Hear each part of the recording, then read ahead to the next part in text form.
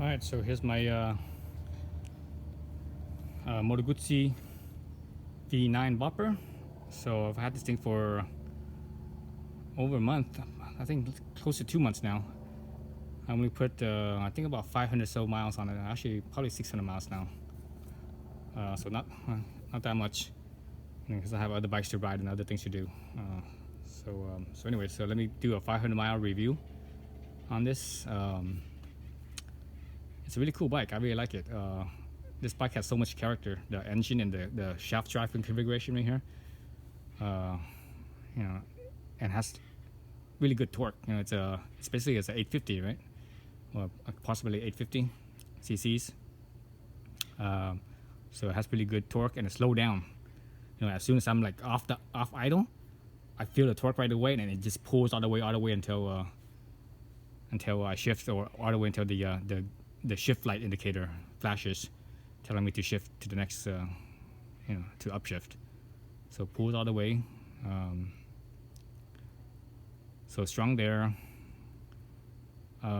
Even though when you first start it up, it rocks to the right side, and you sit there, it kind of rocks back and forth a little bit. You can see the handlebars right here. It kind of goes back and forth a little bit, and when you turn it off, it also rocks a little bit as well. So it has this sort of roughness to it at idle, basically, and starting and stopping the motor. But when you're actually on the gas and actually moving and revving up, it's really smooth. I mean, it's like really smooth. It's smoother than an inline 4. It's smoother than my Yamaha triple. It's smoother than a 360-degree parallel twin.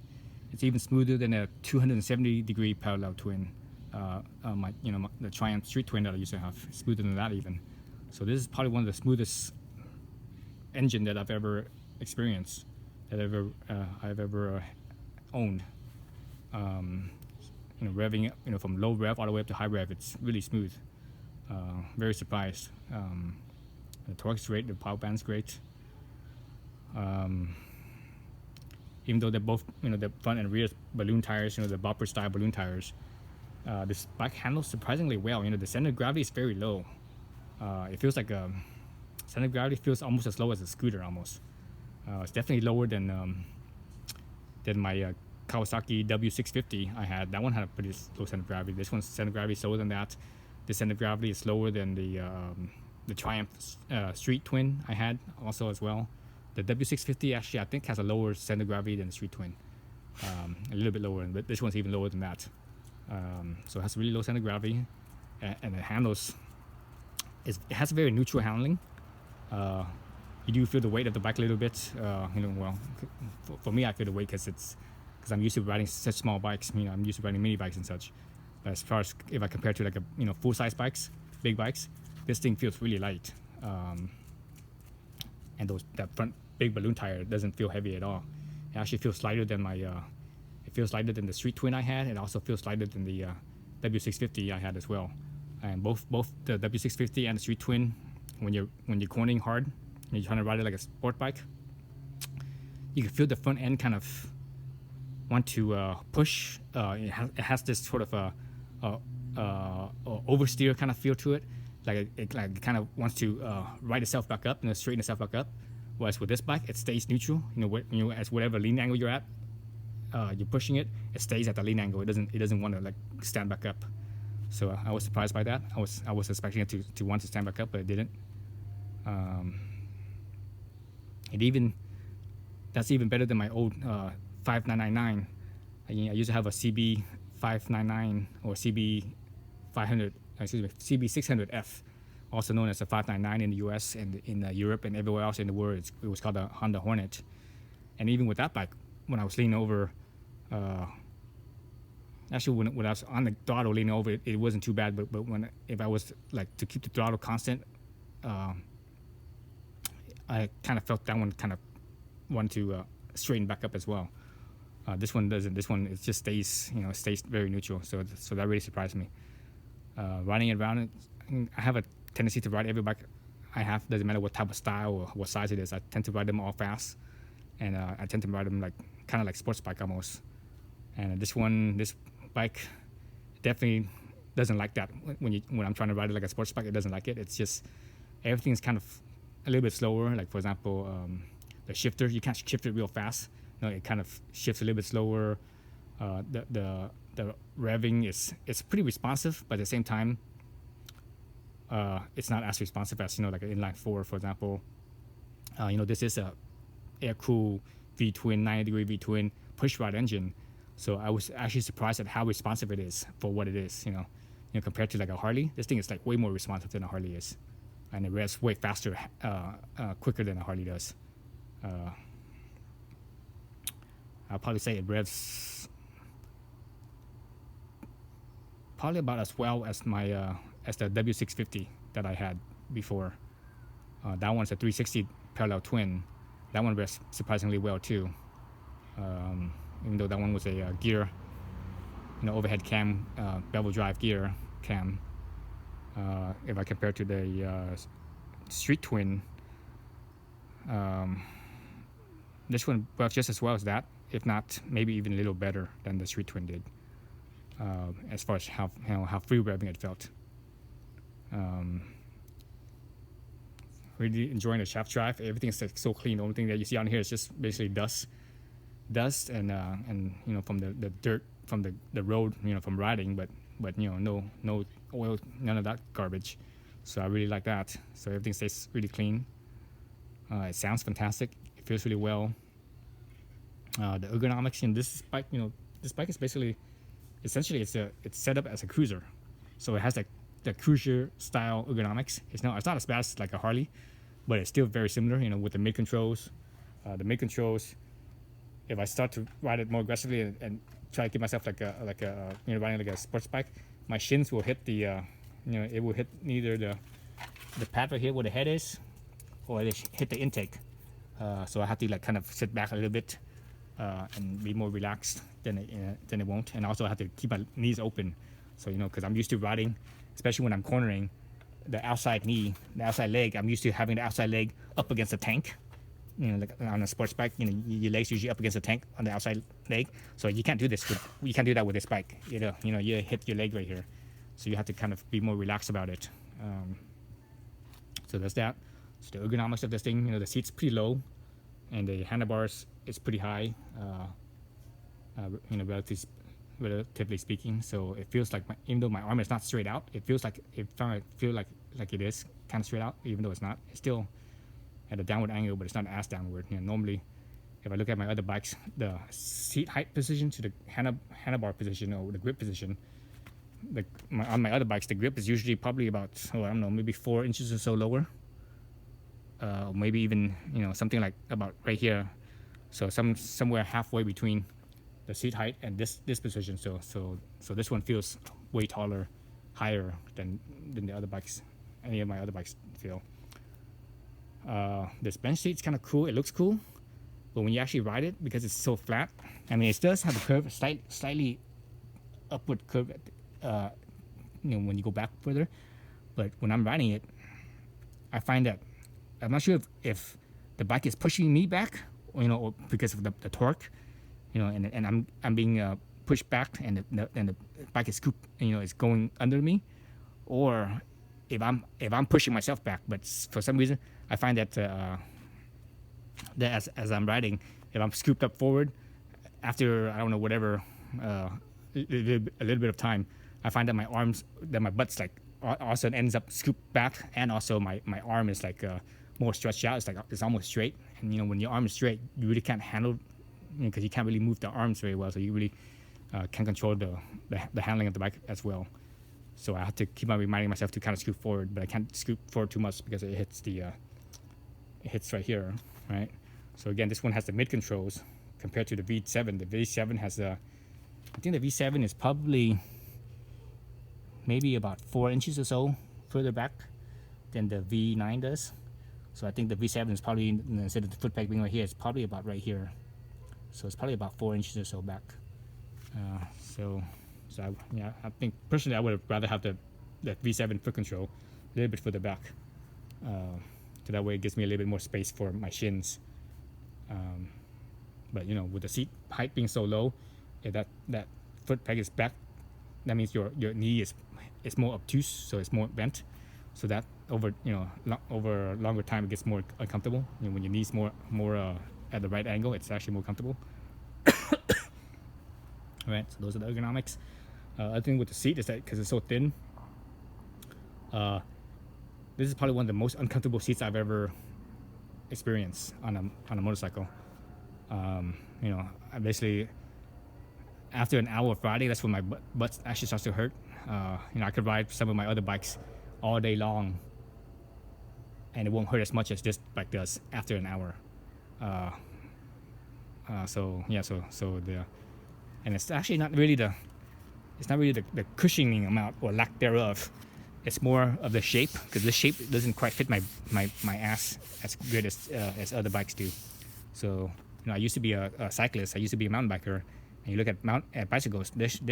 And I used to use race saddles on bicycles. So I always had a thin road racing bike saddles, where it's like basically it's just a piece of the saddle itself, the plastic, and a piece of leather on top of it. There was like no cushioning. And if you had the right shape, it would be comfortable, but if you didn't, it would be agonizing. And this one, it's not the right shape for my ass, and it's kind of agonizing. So it's not the lack of cushion. People think a more cushy seat is more comfortable. It's not. That's not. The reality is the shape is much more important than the actual amount of cushioning. So this one doesn't fit my ass very well. Let's see what else about this bike. So it's really fun to ride. It's like really fun. Of all the big bikes that I've had, this one is definitely right up there. But it's a different type of fun. It's the quirkiness of it, the character that it has. It doesn't have the speed thrill. That like sportier bikes have. Fast bikes have. Like for example, my previous big bike is a Yamaha XSR 900. That thing was torquey, more torquey than this, and more power than this. It's faster and handles really sharp. And that was a different fun. So I actually kind of missed that bike. I'm considering getting another one, another triple, because the triple, I'm a big fan of the triple engine and this 90-degree V-twin. It's really, those are my two favorite engine configurations. Triple 90-degree V-twin. Doesn't matter if it's across or it's in line with the longitudinal or lateral configuration. As long as it's a 90-degree V-twin, it's real fun. Or even a parallel twin that's a 270-degree, because that's basically the crank angle is the same as a 90-degree V-twin, right? So those are my favorite configurations as far as character and the torque that it gives you and everything. Let's see what else with this bike. So I'm really enjoying it. I don't necessarily see myself keeping this thing for that long, and the reason for that is my thoughts on bigger, heavier bikes. I've been wanting to move away from that just because I tend to ride everything really fast, and I think I have that habit from riding scooters, from riding 50cc scooters mainly. From around 2004 all the way until 2010, 6 years basically. I rode 50cc scooters, and I had motorcycles then too, but I rode the 50cc scooters so much that wherever I went, I was always wide open throttle. So I have that habit from every bike since then. I had this tendency to just wide open throttle everywhere I go. So the cool thing about this bike is just, since it's not that much horsepower, it's not that fast, I don't have to worry about it as much compared to my previous big bike, the Yamaha XSR 900. Man, I was a hooligan with that bike. That bike is a hooligan bike. That thing was just a brute. I didn't have any self-control with that one. I was gonna, and that's the reason why I got rid of it, because I knew I was gonna get myself in trouble one of these days. So after I got rid of that, I told myself that it was gonna be my last bike. But I ended up buying this one because I missed the torque, but I don't necessarily like the weight, because again, I'm used to such small I'm used to riding mini bikes basically, and I like the lightness, the feel like you're riding a bicycle. Whereas this one, when you ride this, it doesn't feel like a bicycle. You're on a motorcycle. Unlike, say, for example, my Honda Monkey, that thing feels like I'm riding a little bicycle, you know. So that's that difference.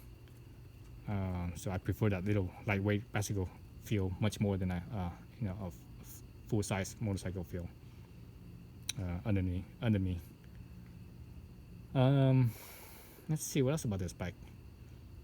So yeah, so I think that I just talked about the negatives. Maybe the ergonomics. I'm not really a big fan of the cruiser ergonomics.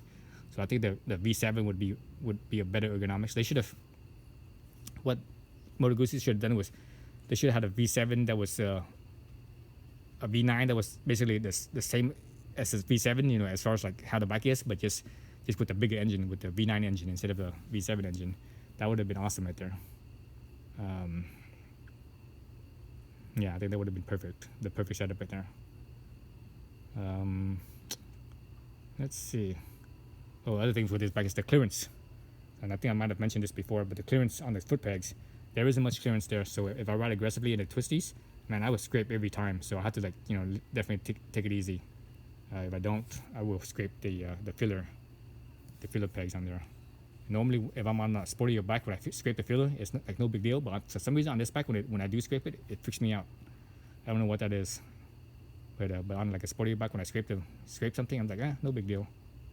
But this bike is like, it kind of has to be kind of paranoid about it each time I scrape. And it seems like almost every time I ride it in the twisties, I scrape. And just a little bit too, just really lightly, but it still scrapes.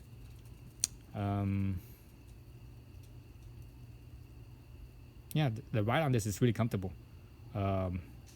It's, you know, European bikes are always comfortable compared to Japanese bikes. As far as the comfort of this, it feels very similar to the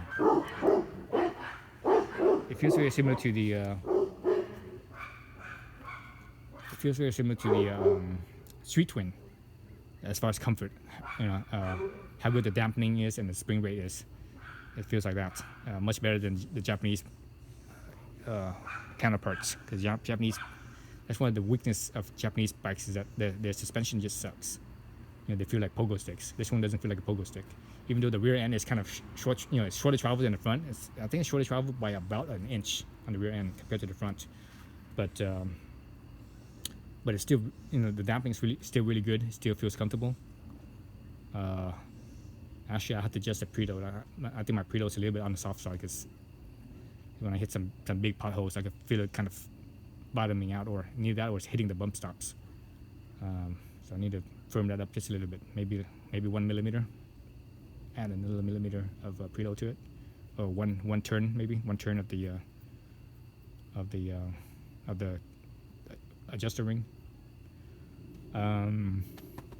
What else could I say about this bike? I think that's about it. Oh, it's getting dark. Yeah, I think that's about it. Actually, let's look at the dash. The dash here. I really like this dash. Let's look at it real fast. So now I'm used to this, I know what's what now. Let's see, turn it on. The usual thing. So I'm not sure about this personal coating, what that's about. It seems to work with or without it. So let's look at go through the modes here. So there's the clock, right? The time. You have the traction control. So one, you have 1 or 2. So between 1 and 2, you just push it real quick, and it goes between 1 and 2. If you hold it down for 5 seconds or more, then let go. It will go to 0, which is traction control off. The cool thing about this traction control is that you could do that while the bike's still running. You know, while you're on the throttle, you can still do that. In other bikes, like for example my Yamaha, you actually have to roll off the throttle to change the traction control settings. And if you want to turn off the traction control, I think you have to actually stop and not move for the traction control to turn off. That's when you actually turn it off, even when you're on the throttle. So and since I'm on the off position, to get it back on, you actually have to hold it down again. And when it is off, the traction control warning light stays on. Okay. So hold it for 5 seconds or more, let it go. Okay, back to traction control off. I mean on. So when it's flashing, because it's not running right now, but when it's running, this thing will be off when it's flashing. That means traction control kicks in. Oh, that's the other thing about this bike that I don't like. I think the traction control is a little bit too sensitive. It kicks in too soon. Having big balloon tires, I think this bike has plenty of traction, so the traction control kicks in too soon. So that's one thing I don't like about it. It does have a gear position indicator, which is right here, neutral, first, second, third, whatever. It also has a gear shifting for upshifting. So the check engine light will actually flash wherever you set the shifter light to turn on. So you could actually change the when, you know, what RPM the shifter the shifter indicator to flash to when to change the gear. So I think I have mine set at 1,000 RPMs under red line. So whatever the red line is, I forget what it is now. I think the red line of this bike is like 7,000, I think. About 7,000, maybe 8,000, something like that. I think it's 7,000. But I think I have my shifter set to 6,000, I believe. So that's traction control. Obviously the odometer, so I have 2,600. So actually I think I put like 700 miles on this thing, because when I bought this thing, it actually had under 2,000 miles, just under 2,000 miles. So there's the trip. So I reset this each time I change the gas or fill up the gas. So that's trip meter. The next one is trip D. What trip D means is how much you've ridden for that day. So it doesn't matter if I reset the trip meter, the previous one, this trip meter, the trip D will stay there, and basically this trip D will reset every single day that you actually don't have to reset this. It will automatically reset for you for that day. So I think when you set the clock, whatever it is, I'm guessing, I'm not sure what time they set, but I think maybe it's like every time midnight comes around, this thing resets back to 0, or it could be that if you don't ride for like after so many hours, and I've left this thing sitting for like 15-20 minutes, even an hour, and I came back and it was still okay. But if I came back the next day, it would reset. So I'm not sure if it's based on you know resetting at midnight or whatever time they have set, or after, let's say after 6 hours or 4 hours or whatever it is. So I'm not too sure on that. But it has that for that day. So today I rode just shy of 40 miles. That's the time. This is how much time you've ridden on the first trip meter, not the trip D. Okay, so this one right here, there's 13 miles that I did. So that's how much time I spent riding those 13 miles. Obviously, average mile per hour, average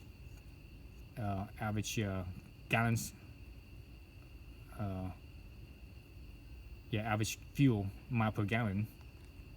There's actual fuel mile per gallon. So basically, this is the live time. So that one's always changing as you're riding. And obviously the air temperature. So that's cool right there. So I like this air temperature. It's actually very accurate. It's not exactly right on, but it's within a few degrees compared to other bikes that I have where it has a temperature gauge. Those are like completely off. Like for example, my Yamaha XSR 900, that temperature gauge was, once the bike was fully warmed up, that temperature gauge was off by almost 10 degrees. It showed that it was like 10 degrees hotter than it actually was. This one is within, I would say, a couple of degrees accurate. Back to the clock again. All right, so that's it. So this is actually all pretty useful. I like it. So I like the setting it has, especially that day, that one with the you have your regular trip meter, then you have the trip meter for that day. That's pretty cool. And obviously the time, how much you did for that trip, not just a trip meter, but that full trip. Yeah. Let's see. I think that's about it with this bike. I can't think of anything else. All right, it's getting long-winded and it's getting way dark. Can't even barely see the back anymore. All right, thanks for watching.